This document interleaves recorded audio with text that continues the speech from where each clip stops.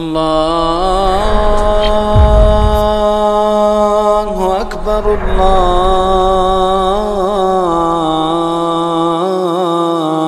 الله أكبر.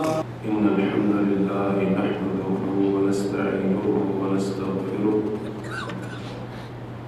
ونعوذ بالله من شرور أنفسنا ومن سيئات أعمالنا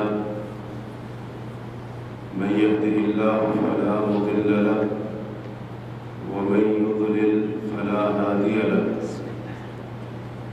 أشهد أن لا إله إلا الله وحده لا شريك له وأشهد أن محمدا عبده ورسوله أرسله إلى الناس كافة بشيرا ونذيرا وداعيا إلى الله بإذنه وسراجا منيرا.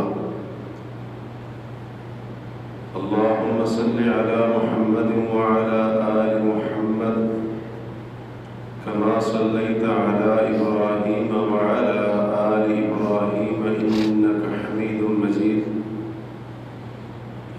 اللهم بارك على محمد وعلى آل محمد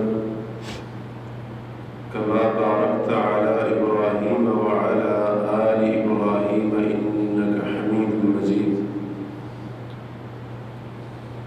رب اشرح لي صدري ويسر لي أمري واحلل عقدة من لساني يفقه قولي واحلل عقدة من لساني يفقه قولي واحلل عقدة من لساني يفقه قولي.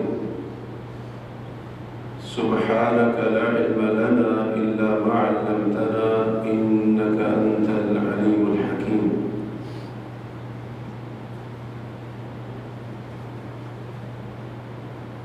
اللہ عز و جل کی حمد و ثنا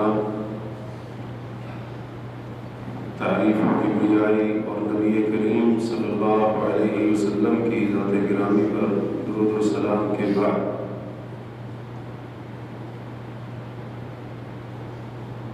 عزیز دوستوں اور ساتھیوں، یہ بات ہم جانتے ہیں کہ رمضان کا مہینہ انتہائی قریب ہے اور اس کی ابتدا میں اور اس کے آغاز میں شروع ہونے میں صرف چند دن باقی ہیں۔ رمضان کا یہ مہینہ اہل ایمان پر امت محمد صلی اللہ علیہ وسلم پر اللہ کا احسان عظیم ہے۔ رمضان کا مہینہ جو اللہ نے عطا فرمایا ہے، اللہ کی بہت بڑی نعمت ہے، اور رمضان کا مہینہ اس وجہ سے نعمت ہے کیونکہ یہ خیر، برکت اور ہر قسم کی بھلائی کا مہینہ ہے۔ رمضان کا مہینہ نعمت اس لیے بھی ہے کیونکہ یہ رحمت اور مغفرت کا مہینہ ہے۔ اسی طرح سے اس رمضان کے مہینے کے جو روزے اللہ نے مومنوں پر فرض کیے ہیں، اگر غور کیا جائے تو رمضان کا روزہ اور اس کو اہل ایمان پر فرض کرنا، یہ بھی اللہ کا اہل ایمان پر بہت بڑا انعام ہے۔ یہ بھی کسی نعمت سے کم نہیں ہے، کیونکہ رمضان کے روزے رکھنے والا وہ بے شمار دنیاوی اور اخروی فوائد کو سمیٹنے والا ہے۔ روزے دار دونوں جہانوں کی سعادت، خوش نصیبی، کامیابی اور دونوں جہانوں کی خوشیوں کا وارث بننے والا ہے، اور روزے دار کے نہ صرف گناہوں کا کفارہ ہے بلکہ اس کی درجات کی بلندی کا بھی ذریعہ ہے۔ اس لحاظ سے رمضان کا روزہ بھی نعمت ہوا، اللہ کا بہت بڑا انعام ہوا۔ اسی طرح سے ماہ رمضان کو خیر و عافیت کے ساتھ، صحت و سلامتی اور تندرستی کے ساتھ پا لینا، یہ بھی کسی نعمت سے کم نہیں ہے۔ اس لیے ایک مسلمان کا، مومن کا حق بنتا ہے کہ وہ رمضان کے عظیم مہینے کو پانے کے بعد اس سے فائدہ اٹھانے کی کوشش کرے اور اپنے آپ کو رمضان کے فوائد سے محروم نہ کرے۔ اس ماہ مبارک میں بندہ مومن کو بہت سارے ایسے موقع میسر ہوتے ہیں جن موقعوں سے فائدہ اٹھاتے ہوئے انسان بہت زیادہ اجر و ثواب حاصل کر سکتا ہے۔ مثال کے طور پر رمضان کا روزہ ابھی ہم نے ذکر کیا فرض ہے۔ جو شخص رمضان کا روزہ رکھتا ہے رب کائنات نے اسے بہت زیادہ اجر کمانے کا موقع عطا فرمایا ہے۔ حدیث بخاری، مسلم، دیگر حدیث کی کتابوں میں موجود ہے، لیکن یہ الفاظ سے مسلم کے نبی کریم علیہ الصلوۃ والسلام نے فرمایا کل عمل ابن آدم یضاعف، آدم کے بیٹے کا ہر عمل یضاعف بڑھا دیا جاتا ہے۔ فرمایا الحسنۃ بعشر امثالها، آدم کا بیٹا نیکی ایک کرتا ہے اللہ اس کا 10 گنا ثواب دیتا ہے۔ الی 700 ضعف، اور صرف 10 گنا تک نہیں، اگر خلوص زیادہ ہے، اخلاص زیادہ ہے، للہیت جتنی بڑھتی جائے گی، نیکی کی جو تعداد ہے یعنی اس کا جو اجر ہے وہ بھی بڑھتا جائے گا، حتیٰ کہ بعض لوگوں کو ان کے اخلاص للہیت کی وجہ سے ایک نیکی کا اجر 700 گنا کے برابر ملتا ہے۔ لیکن فرمایا الا الصوم، سوائے روزے کے۔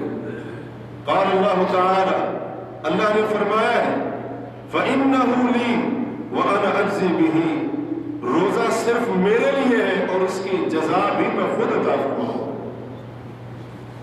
علماء فرماتے ہیں وَأَنَا أَجْزِي بِهِ، اس لفظ کی تشریح میں کہ روزے کا اللہ تبارک و تعالی نے اجر بے حساب رکھا ہے۔ روزے کا ثواب اس قدر ہے کہ اس کی کوئی تعداد اور گنتی اور حساب نہیں، بے حساب اللہ تبارک و تعالی روزے دار کو اجر عطا فرمائے گا۔ اور اس سے بڑا اعزاز یہ کہ کائنات کا رب خود قیامت کے دن روزے دار کو اجر عطا فرمائے گا۔ اللہ تعالی نے فرمایا قرآن کریم میں انما یوفی الصابرون اجرهم بغیر حساب، بلا شبہ صبر کرنے والوں کو ان کا اجر بلا حساب، بے حساب دیا جائے گا۔ بہت سارے مفسرین نے الصابرون کی تفسیر میں کہا ہے کہ اس سے مراد الصائمون، روزے دار ہے۔ تو گویا آیات کا معنی یہ ہوا کہ روزے داروں کو ان کا اجر بے حساب دیا جائے گا۔ تو اجر و ثواب کو حاصل کرنے کا ایک بڑا بہترین ذریعہ رمضان کے روزے رکھنا ہے۔ اسی طرح سے رمضان کی راتوں میں قیام کرنا، جسے ہم اپنی عام زبان میں تراویح پڑھنا کہتے ہیں، یہ بھی رمضان میں اجر و ثواب کو کمانے کا، حاصل کرنے کا بڑا اہم ذریعہ ہے۔ نبی کریم علیہ الصلوۃ والسلام کا فرمان ہے، بخاری مسلم کی روایت ہے من قام رمضان ایمانا واحتسابا غفر له ما تقدم من ذنبه، کہ جو شخص رمضان کی راتوں میں قیام کرتا ہے ایمان، حالت ایمان میں، واحتساب، اللہ سے اجر لینے کی امید سے، اس امید پر قیام کرتا ہے رمضان کی راتوں میں کہ اس پر میرا رب مجھے اجر و ثواب عطا فرمائے۔ فرمایا غفر له ما تقدم من ذنبه، رمضان کی راتوں میں قیام کرنے کی وجہ سے اللہ اس کے پچھلے تمام گناہوں کو معاف کر دیتا ہے۔ اور ابو داؤد کی روایت ہے نبی کریم علیہ السلام نے فرمایا ان الرجل اذا صلى مع الامام حتى ينصرف كتب له قيام ليلہ. فرمایا اگر رمضان کی راتوں میں بندہ امام کے ساتھ نماز پڑھے، نماز سے مراد یہاں پر قیام رمضان ہے، تراویح کی نماز ہے، قیام اللیل ہے، فرض نماز نہیں ہے، کیونکہ نماز تراویح رمضان میں باجماعت سنت سے ثابت ہے. فرمایا اگر کوئی شخص امام کے ساتھ باجماعت تراویح کی نماز پڑھتا ہے، رمضان کی راتوں میں باجماعت امام کے ساتھ قیام کرتا ہے، حتی ینصرف، اور اس وقت تک مسجد سے باہر نہیں نکلتا، نماز کو نہیں چھوڑتا جب تک امام خود فارغ نہ ہو جائے، کتب لہ قیام لیلہ، اللہ پوری رات کا قیام کا ثواب اس کی خاطر میں لکھ دیتا ہے. اب کتنی دیر قیام ہوتا ہے؟ ہمارے ہاں تو یہ اہتمام ہوتا ہے نا کہ قرآن مکمل کرنا ہے. یہاں پر کتنی دیر قیام ہوتا ہے؟ آدھا گھنٹہ ہوتا ہوگا، پونا گھنٹہ، زیادہ سے زیادہ گھنٹہ لگا لیں. 1 گھنٹہ اگر کوئی شخص باجماعت رمضان کی راتوں میں تراویح پڑھتا ہے، قیام کرتا ہے، اللہ تبارک و تعالی 1 گھنٹے کے بدلے میں، پونے گھنٹے کے بدلے میں اللہ پوری رات کے قیام کا ثواب لکھ دے. لیکن ہماری حالت کیونکہ عجیب سی بنی ہوئی ہے، تراویح میں کھڑا ہونا گوارا نہیں ہے.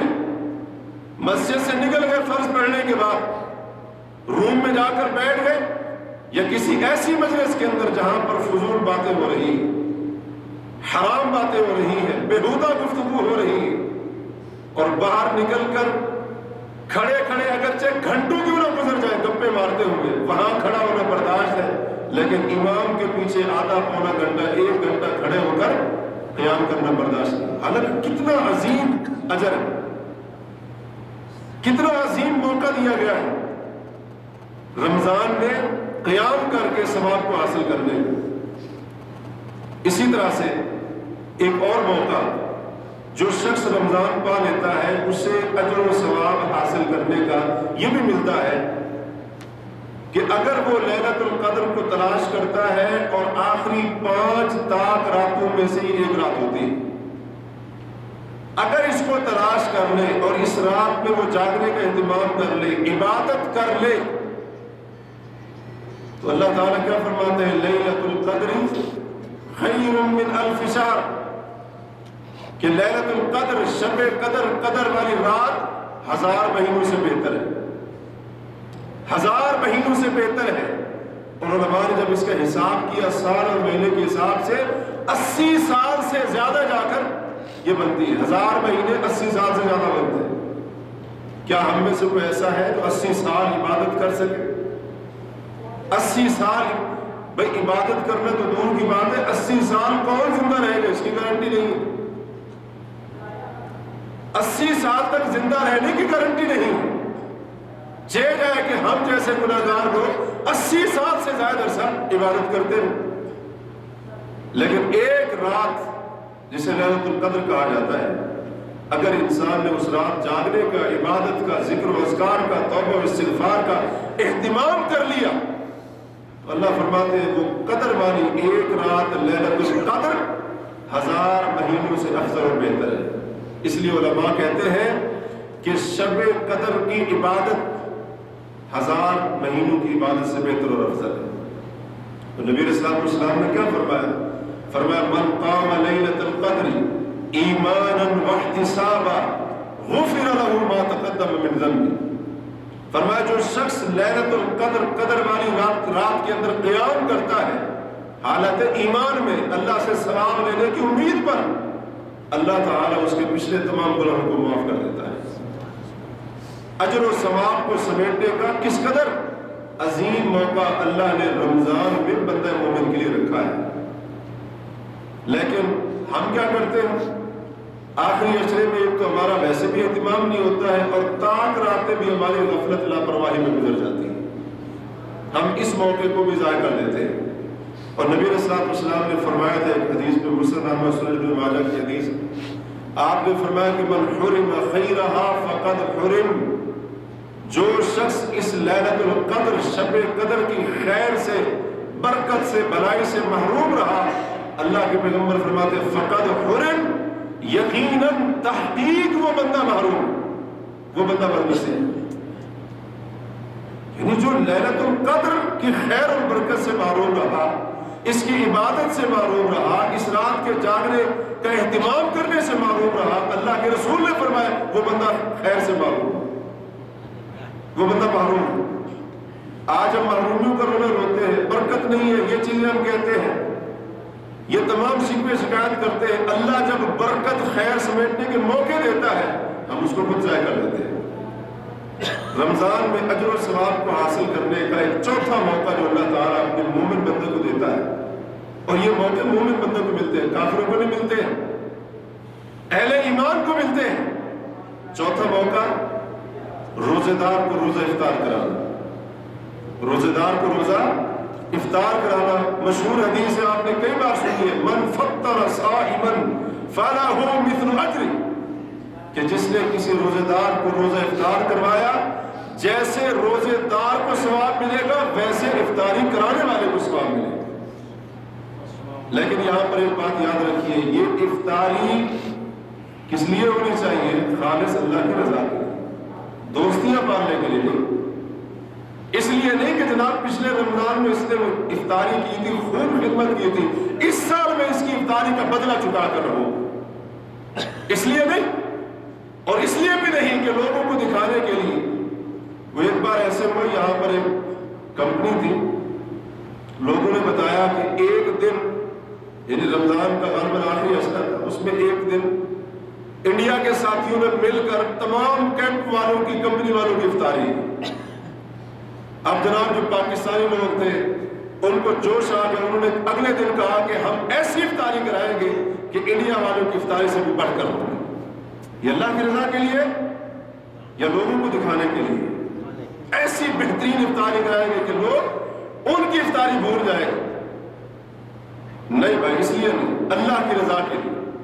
یہ جو اس پر اجر و ثواب رکھا گیا ہے، اور ابھی ہم نے سنا ہے روزے کا ثواب پتہ ہے؟ روزے کا ثواب معلوم ہے کسی کو؟ صرف اللہ کے علم میں ہے، اور اللہ نے روزے کا اجر بے حساب دینا ہے۔ اور جو اللہ کی رضا کے لیے کسی روزے دار کو روزہ افطار کرا رہا ہے، اس لیے کہ اللہ اس کے اوپر مجھے اجر عطا فرمائے، اللہ اس کو بھی روزے دار کی طرح انشاءاللہ بے حساب اجر عطا فرمائے۔ لیکن اگر بدلہ چکانے والی بات آ گئی، اور اسی طرح سے رشتہ داری پالنے والی بات آ گئی، اور لوگ کنجوسی کا تانا نہ دے، بخل کا تانا نہ دے، تو ہو سکتا ہے انسان اس اجر عظیم سے محروم ہو جائے۔ تو یہ بھی ایک موقع اللہ تعالیٰ اجر و ثواب کو حاصل کرنے کا مومن بندے کو رمضان میں عطا کرتا ہے۔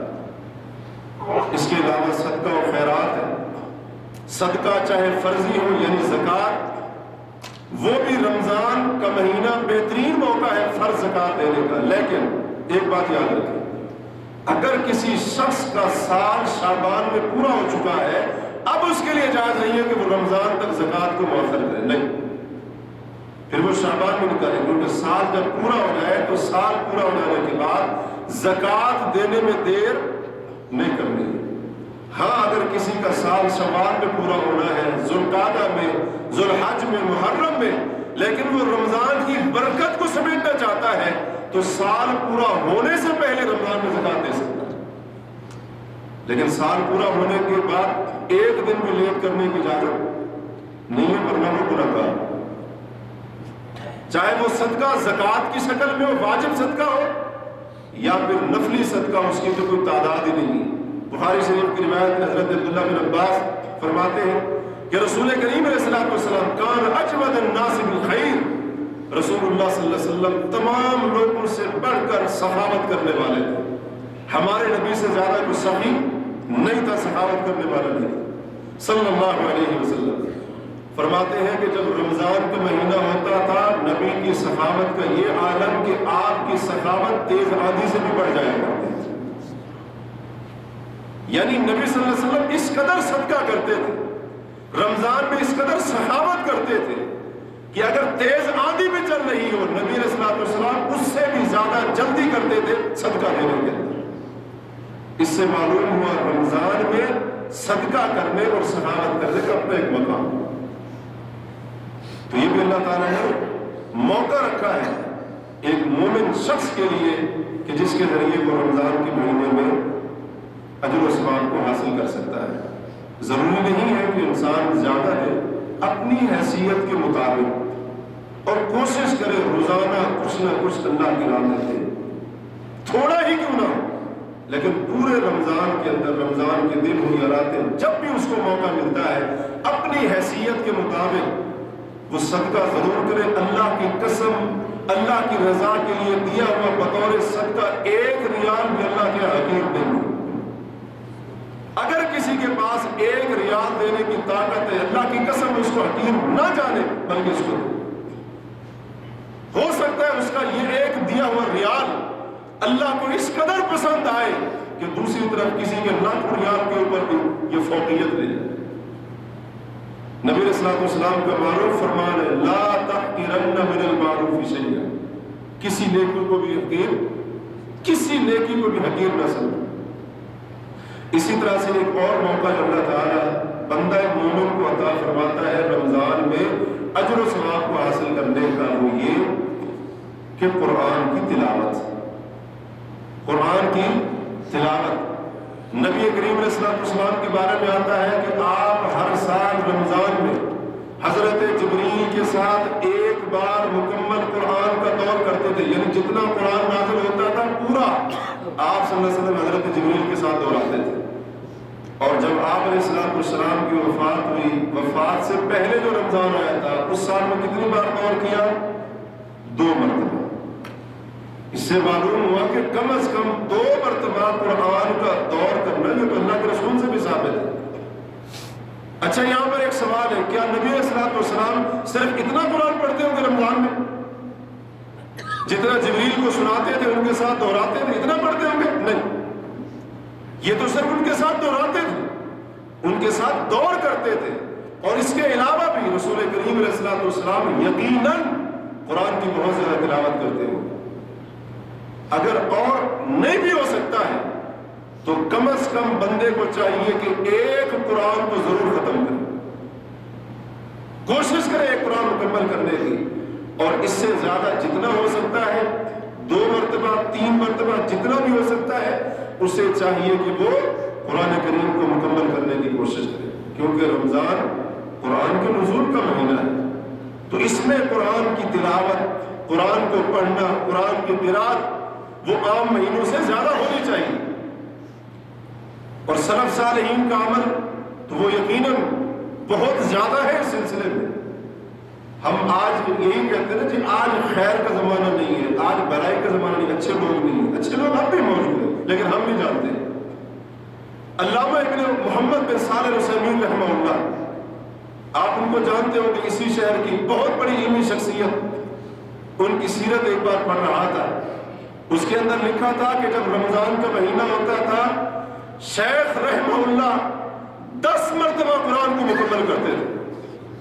ایک مہینے میں 10 بار قرآن کو مکمل کرتے تھے، اور ہر 3 دن میں 1 بار قرآن کو مکمل کرتے تھے. اور فرماتے تھے اگر میں چاہوں تو اس سے پہلے بھی قرآن کو مکمل کر سکتا ہوں، لیکن نبی کی سنت اجازت نہیں دیتی ہے. اس لیے وہ 3 دنوں کے اندر 1 بار قرآن مکمل کرتے تھے. جب رمضان مکمل ہوتا تو 10 بار وہ قرآن کو مکمل کر چکے ہوتے تھے. اور آج ہم سے 1 بار بھی مکمل کرنا ہمارے لیے مشکل ہو رہا ہے. نہیں میرے بھائی، اللہ سے مدد مانگے، توفیق مانگے. قرآن کی تلاوت ڈھیر سارا ثواب، اجر عظیم. آج اس کی قدر نہیں ہے. کل قیامت کے دن نیکیوں کا جو دفتر ہوگا اس کے اندر جب قرآن کی تلاوت کی نیکیاں تھوڑی پائیں گے وہاں پر افسوس ہوگا کاش قرآن کی تلاوت زیادہ کر لیں. تو یہ بھی ایک موقع اللہ نے ہمیں عطا کیا رمضان کے مہینے میں. اس کے علاوہ صلہ رحمی ہے، رشتہ داروں کے ساتھ تعلق ہے، اچھا سلوک ہے ان کے ساتھ، ان کی مدد کرنا ہے، ان کو نفع پہنچانا ہے، مصیبت میں ان کے کام آنا ہے. یہ تو ویسے پورا سال ہے، لیکن رمضان کا مہینہ کیونکہ غمخواری کا مہینہ ہے، ہمدردی کا مہینہ ہے، تو یہ چیز بھی ہونی چاہیے. اور اس کے اوپر بڑا اجر اللہ نے رکھا ہے. اور اس کے علاوہ مساکین، فقراء، ان کے اوپر شفقت، ان کے ساتھ احسان، جائز کاموں میں ان کا تعاون، ان کی مدد کرنا، اور اسی طرح سے ایثار کا جو معاملہ ہے، یعنی اپنے اوپر دوسروں کو ترجیح اور فوقیت دینا، یہ تمام کے تمام موقع اللہ نے رکھے ہیں رمضان کے مہینے میں، جن کے ذریعے سے ایک مومن اجر و ثواب کو حاصل کر سکتا ہے۔ اب دیکھیں کچھ چیزیں آپ کے سامنے ذکر کی، اس کی تفصیل میں رہے تو بہت ساری باتیں کہی جا سکتی ہیں۔ اللہ نے رمضان کے مہینے میں اجر و ثواب کو کمانے کے، حاصل کرنے کے اتنے زیادہ موقع رکھے، تو کتنا بد نصیب اور محروم ہے وہ شخص جو اجر و ثواب کے اتنے زیادہ موقع ہونے کے باوجود بھی رمضان سے فائدہ نہ اٹھا سکتا۔ محروم ہے کہ نہیں ہے؟ بد نصیب ہے کہ نہیں ہے؟ وہ شخص محروم ہے جو رمضان سے فائدہ نہیں اٹھا سکا۔ رات ہی کے درس میں آپ نے یہ حدیث سنی تھی شیخ صاحب کی زبانی کہ حضرت جبریل والی وہ جو بد دعائیں ہیں 3 منبر والی حدیث، اس کے اندر ایک دعا کیا تھی؟ بعد من ادرک رمضان فلم یغفر لہ، وہ شخص اللہ کی رحمت سے دور ہو جائے جس نے رمضان پا کر بھی اپنے گناہوں کی بخشش نہ کرائی، اللہ کی رحمت سے دور ہو جائے۔ نبی صلی اللہ علیہ وسلم فرماتے میں نے کہا آمین، یا اللہ ایسے ہی ہو، وہ تیری رحمت سے دور ہو جائے۔ تو یہ بد دعا اس شخص کے لیے ہے جو رمضان پا کر بھی اس سے فائدہ نہیں اٹھاتا ہے، اور ہم نے ان لوگوں میں سے نہیں ہونا ہے۔ ہم نے فائدہ اٹھانا ہے، ہم نے اپنے آپ کو محروم نہیں رکھنا ہے، ہم نے اپنے آپ کو بد نصیب نہیں بنانا ہے، ہم نے اپنا شمار ان محروموں کے اندر نہیں کرانا ہے کہ اتنا اس قدر محروم اور اس قدر عاجز کہ فرشتہ ہر رات یہ ندا لگا رہا ہے یا باغی الخیر اقبل، اے نیکی کی جستجو کرنے والے آگے بڑھ، نیکی کے راستے کے اوپر چل، لیکن پھر بھی انسان نیکی کے معاملے میں سست پڑا ہوا ہے۔ ہم نے اس طرح کا محروم نہیں بننا ہے۔ فرشتہ اللہ کے حکم سے یہ ندا دیتا ہے وَيَا بَاغِيَ الشَّرِّ أَقْصِرْ، اے گناہ کے طالب، گناہ کی جستجو کرنے والے، گناہ کی تلاش میں سرگرداں پھرنے والے، اکثر اب کم از کم شاہ رمضان کے مہینے میں تو اللہ تبارک و تعالیٰ سے حیا کر، گناہ سے باز آ جا، گناہ سے رک جا۔ لیکن محروم بندہ، رمضان سے محروم شخص، بد نصیب، وہ اس کے اوپر لبیک نہیں کہتا ہے، وہ گناہوں نافرمانیوں کے اندر پڑا ہوتا ہے۔ ہم نے ان محروموں میں سے نہیں ہونا ہے کہ جہنم کے 7 دروازے بند، لیکن پھر بھی وہ رمضان پا کر جہنم میں جانے والے کام کر رہے ہیں۔ ہم نے ان بد نصیبوں میں سے اپنے آپ کو نہیں بنانا ہے کہ جنت کے 8 دروازے کھلے ہونے کے باوجود وہ اپنے آپ کو جنت میں داخل کرانے کی کوشش نہیں کرتے۔ اللہ نے مغفرت کا مہینہ دیا، گناہوں کی بخشش کا مہینہ دیا، اور اسی طرح سے گناہوں کو معاف کرانے کے لیے رمضان کا پورا مہینہ عطا کیا، لیکن وہ شخص بد نصیب اپنے گناہوں کو معاف نہیں کرا سکا۔ ہم نے اس طرح کا بد نصیب نہیں بننا ہے، محروم نہیں کرنا اپنے آپ کو۔ اور اللہ تبارک و تعالیٰ نے رمضان کے اندر یہ موقع عطا فرمایا، رمضان کی ہر رات، ایک روایت کے مطابق رمضان کے ہر دن میں، ہر رات میں، رمضان میں 24 گھنٹے اللہ اپنے کئی بندوں کی گردنوں کو جہنم کی آگ سے آزاد کرتا ہے۔ تو ہم نے اپنی گردنوں کو جہنم کی آگ سے آزاد کرانا ہے، نہ کہ ان بد نصیبوں میں سے اپنا شمار کرانا ہے جو رمضان پا کر بھی اپنے آپ کو جہنم کی آگ سے آزاد نہیں کرا سکتے۔ اس لیے انسان تھوڑا سا اپنے آپ کو بیدار کرے، اس غفلت کی نیند سے جاگے، اس خواب غفلت سے جاگے۔ آج موقع ہے، کل موقع ملے یا نہ ملے کوئی پتہ نہیں، کوئی پتہ نہیں، کیونکہ ہو سکتا ہے کہ یہ آنے والا رمضان آخری ہو سکتا ہے کہ نہیں ہو سکتا، ہو سکتا ہے اگلا رمضان اللہ موقع نہ دے، اسی رمضان کے دوران ہی ہم دنیا سے چلے جائیں۔ ابھی رمضان میں دن باقی ہے نا، رمضان سے پہلے ہی ہم چلے جائیں، کوئی ہے گارنٹی کسی بات کی؟ اس لیے جب رمضان اللہ تعالیٰ دے دے، اس کو پانے کا موقع دے دے، تو بندہ اس سے بھرپور فائدہ اٹھائے، بھرپور اس سے فائدہ اٹھائے۔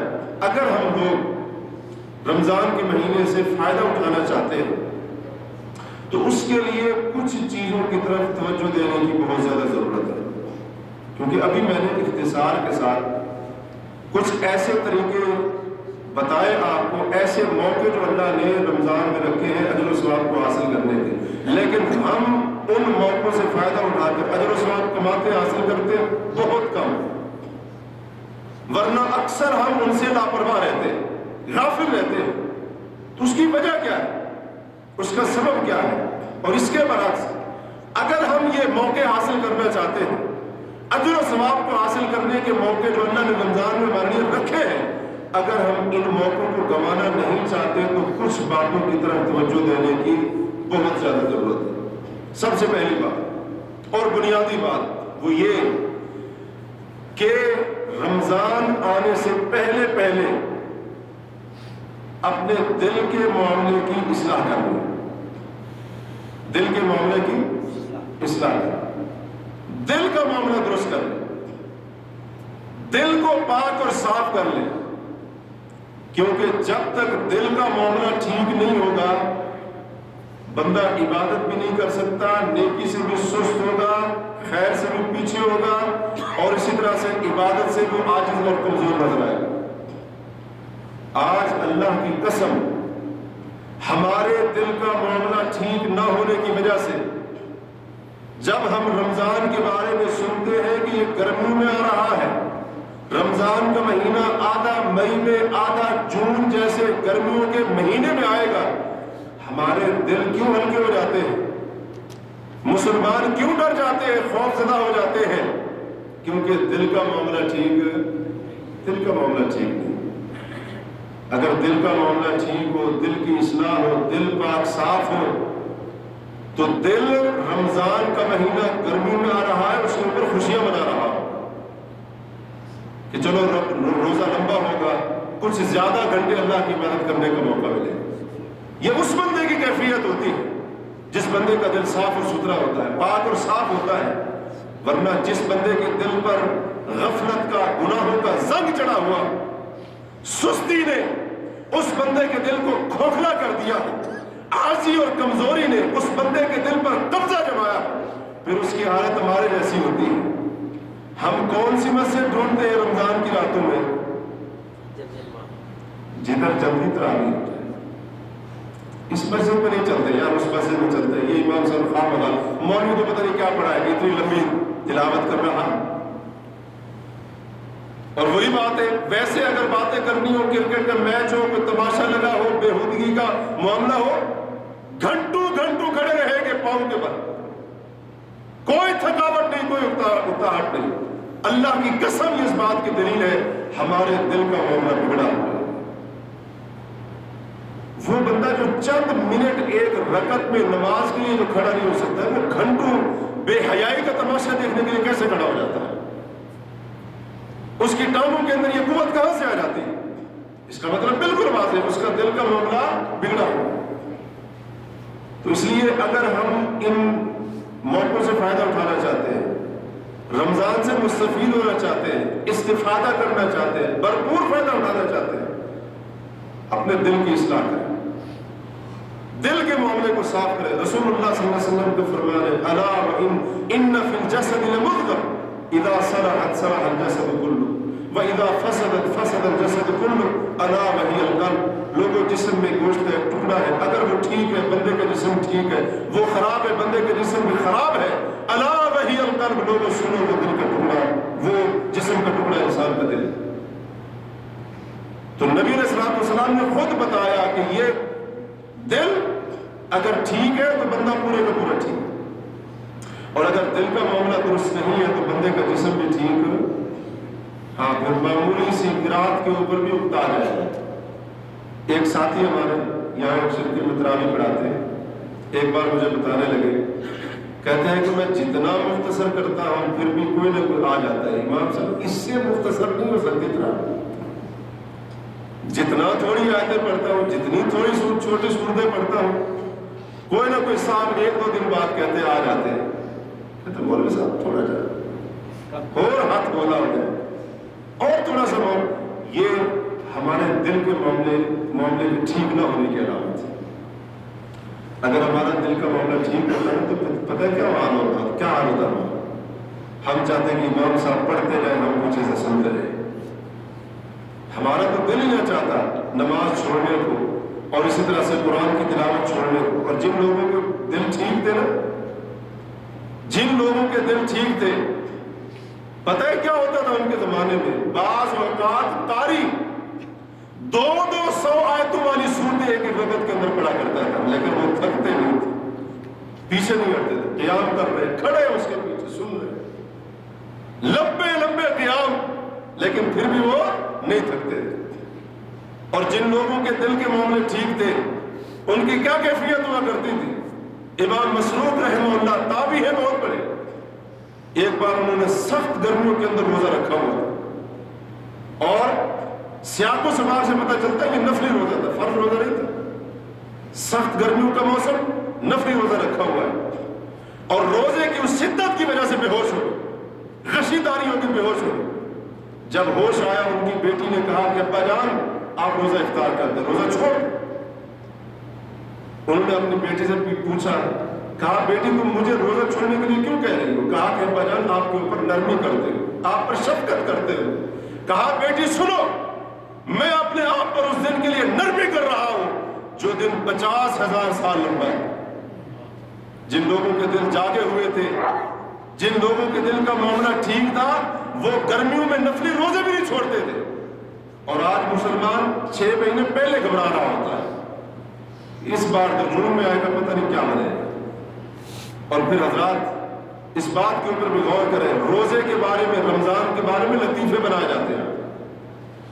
یہ دل کے معاملے کے خراب ہونے کی علامت ہے، دل کے معاملے کے بگاڑ کی علامت ہے.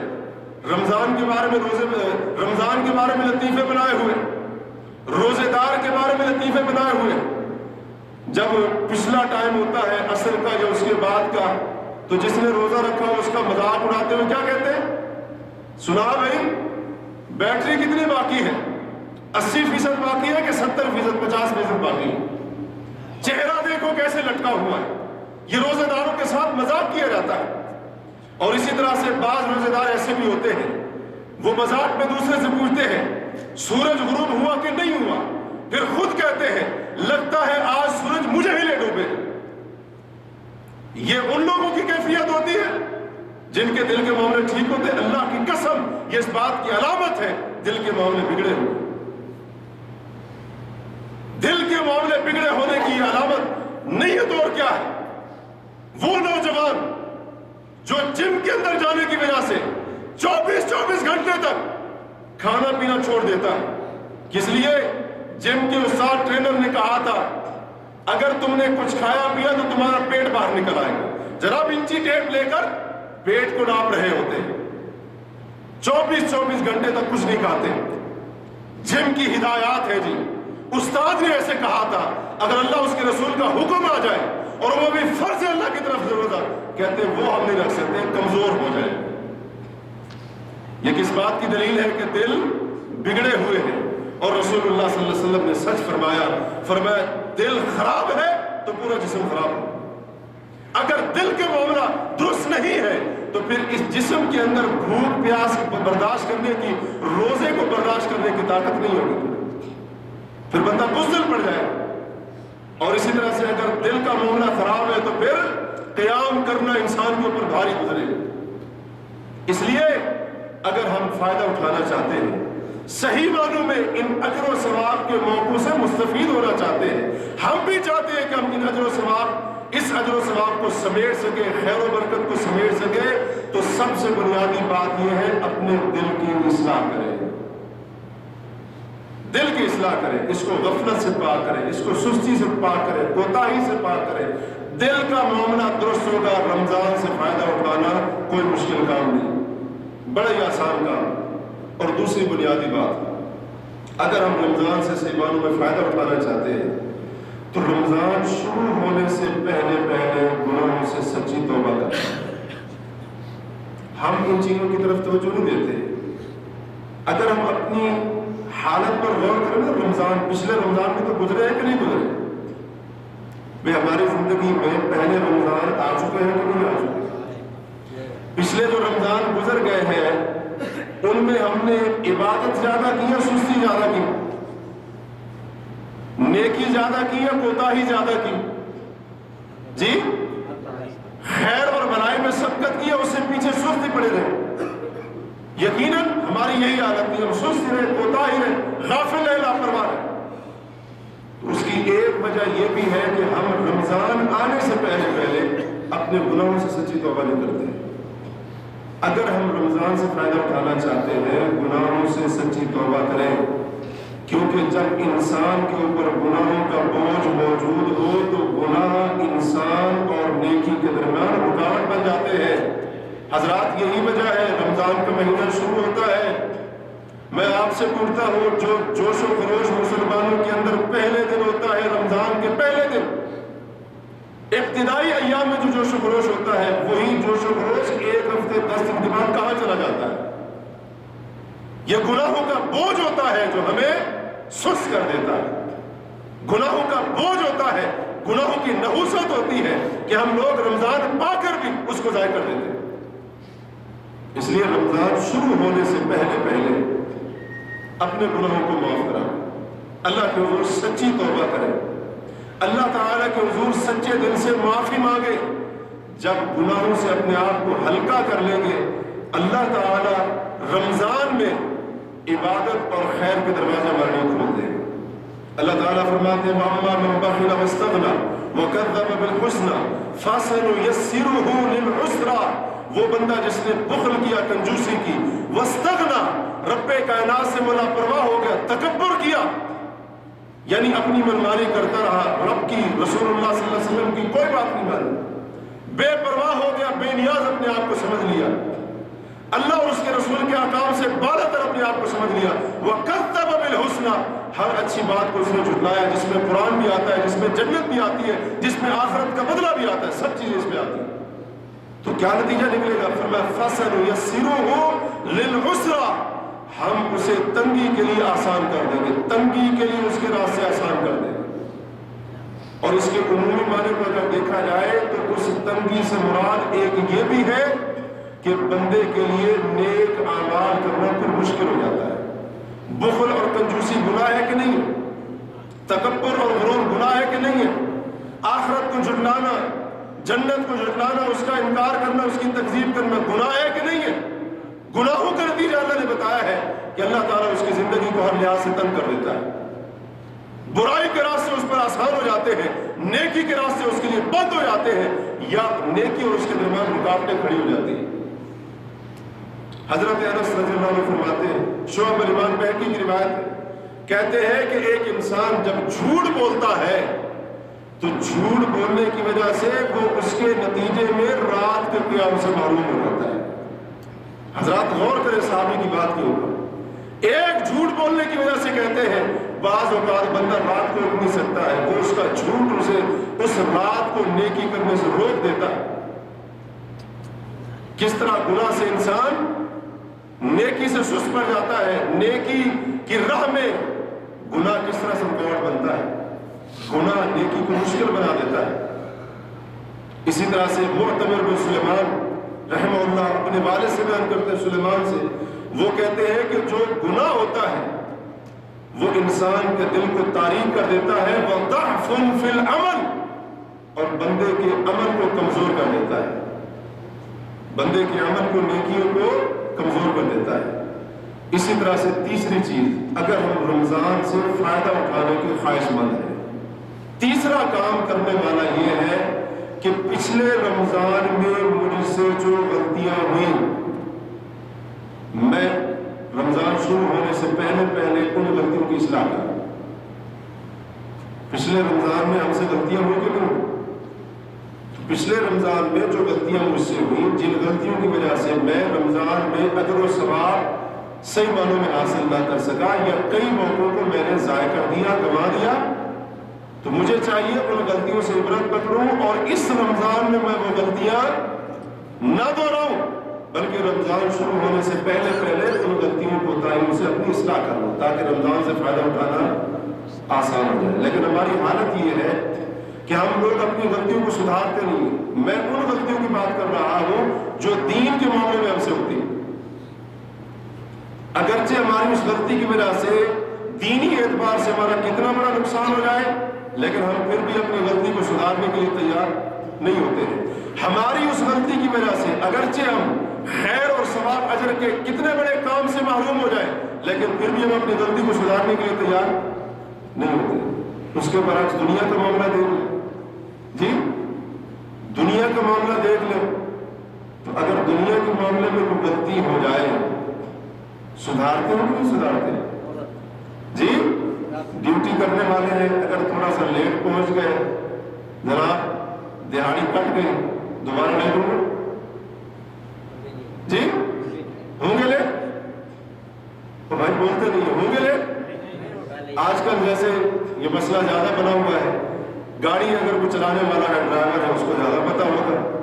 سیٹ بیلٹ لگانا ہے جی، موبائل نہیں سننا ہے گاڑی چلاتے ہوئے، نہیں تو ہاں غرامہ آ جائے گا، جسے ہم گرامہ کہہ دیتے ہیں، غرامہ آ جائے گا، جرمانہ آ جائے گا. اچھا اگر کسی کو ایک بار پڑ گیا دوبارہ غلطی کرے، ایک بار کہیں نو پارکنگ میں گاڑی لگا دی، 150 ریال جرمانہ آ گیا، دوبارہ کرے گا وہاں پہ؟ ہاں وہ غلطی نہیں ہوگی، کیوں پتہ ہے 150 ریال مفت میں چلا جائے. عمرے میں جاتے ہیں نا، ڈرائیور پیچھے والے وہ پیچھے لائن کو بتا رہا ہوتا ہے فون کر کے ایک ایک کو، فلاں جگہ پر سکتا کھڑا ہے، فلاں جگہ پر جناب وہ اس نے کیمرہ لگایا ہوا ہے، فلاں جگہ کے اوپر رڈار موجود ہے، بتا رہے ہوتے کہ نہیں؟ اور اسی طرح سے اگر کسی جگہ سے گزرتے ہوئے، روڈ پر گزرتے ہوئے اگر کہیں کبھی کیمرہ پڑا تھا، وہاں پہ فلش پڑ گیا، بے شک وہ بغیر جرمانے والا ہو، وہاں سے گزرتے ہوئے ادھر ادھر ضرور دیکھیں گے، کہیں سے پڑا نہ ہو اور پڑ گیا تو 300 ریال جرمانہ ہے. یہ دنیا کے معاملے میں غلطی ہم کتنی احتیاط کرتے ہیں، لیکن دین کے معاملے میں غلطی ہوتی ہے ہم کوئی پرواہ نہیں کرتے. بھائی غلطیوں کو سدھاریں، غلطیوں کی اصلاح کریں، غلطی پر غلطی نہ کریں، غلطیوں کو مت دہرائیں، ورنہ ہماری یہ پچھلے رمضان کی غلطیاں کوتاہیاں کہیں ہمیں اس رمضان کے اجر و ثواب سے محروم نہ کر دیں.